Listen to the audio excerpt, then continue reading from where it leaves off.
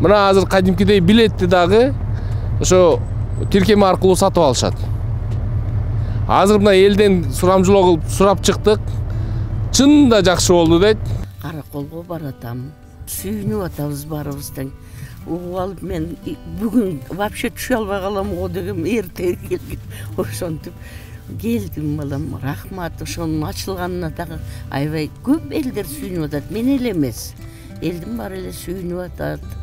Жакшынакай болуп калдык, монтип өзүбүзчө кетип, тетиякта барып алып, бирибиз мушташып, орун талашып, жакалап чыгарышабыз мындай. Теперь я буду только пользоваться этим транспортом. Мындан ары биз ушулган автобус менен Караколго барабыз. Эмнеге дегенде, биринчиден билет алуу өтө эле ыңгайлуу жана жөнөкөй экен. Автобекетке дагы баруунун кажети жок. Мисалы мен терминал аркылуу акчасын төлөп алдым. Билеттерди уюлдук тиркеме аркылуу дагы алса болот. Чындыгында бизге жеңил болду. Өтө ыңгайлуу экен. Мисалы мен мобилдик тиркеме аркылуу билет алдым. Жана эч жака барып, мурдакыдай автовокзалга барып, очередте туруп билет алып, ызычуусу жок эле. Мобилдик тиркемеден билет алып келдим. Өтө ыңгайлуу. Индустрияны өнүктүрөлүк десек, бизге ушундай бир жакшынакай шарттарды түзүшүбүз керек. 15 январда биз чогулуп министрлер кабинети чечим кабыл алып берсе, колдоп берсе, биз деген дагы ошо Бишкек Талас, Бишкек Ош, Бишкек Жалал-Абад деген каптандарды ишке жүргүзөлүп атабыз. Бишкек Нарын, Жайыкышы.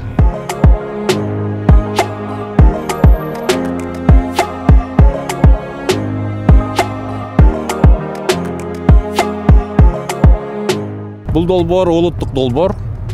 Министрлер кабинетинен колдоого алынып, министрлер кабинетинин чечими менен чыккан долбоор. 2 ай иштеттик үстүнөн. Анан тендер жарыяладык, автобусту сатып алдык. Мына автобусту азыр 3-чү күнү Бишкек Караколго жөнөткөн учурда турабыз.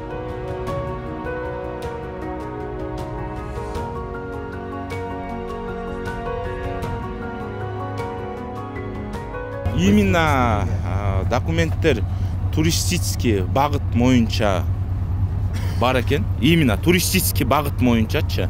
Если какой-то бир нарушение боло турган болсо, биз ошол баягы беренелер менен протокол түзмөк болчук. Но настоящий момент буларда списокта бар экен.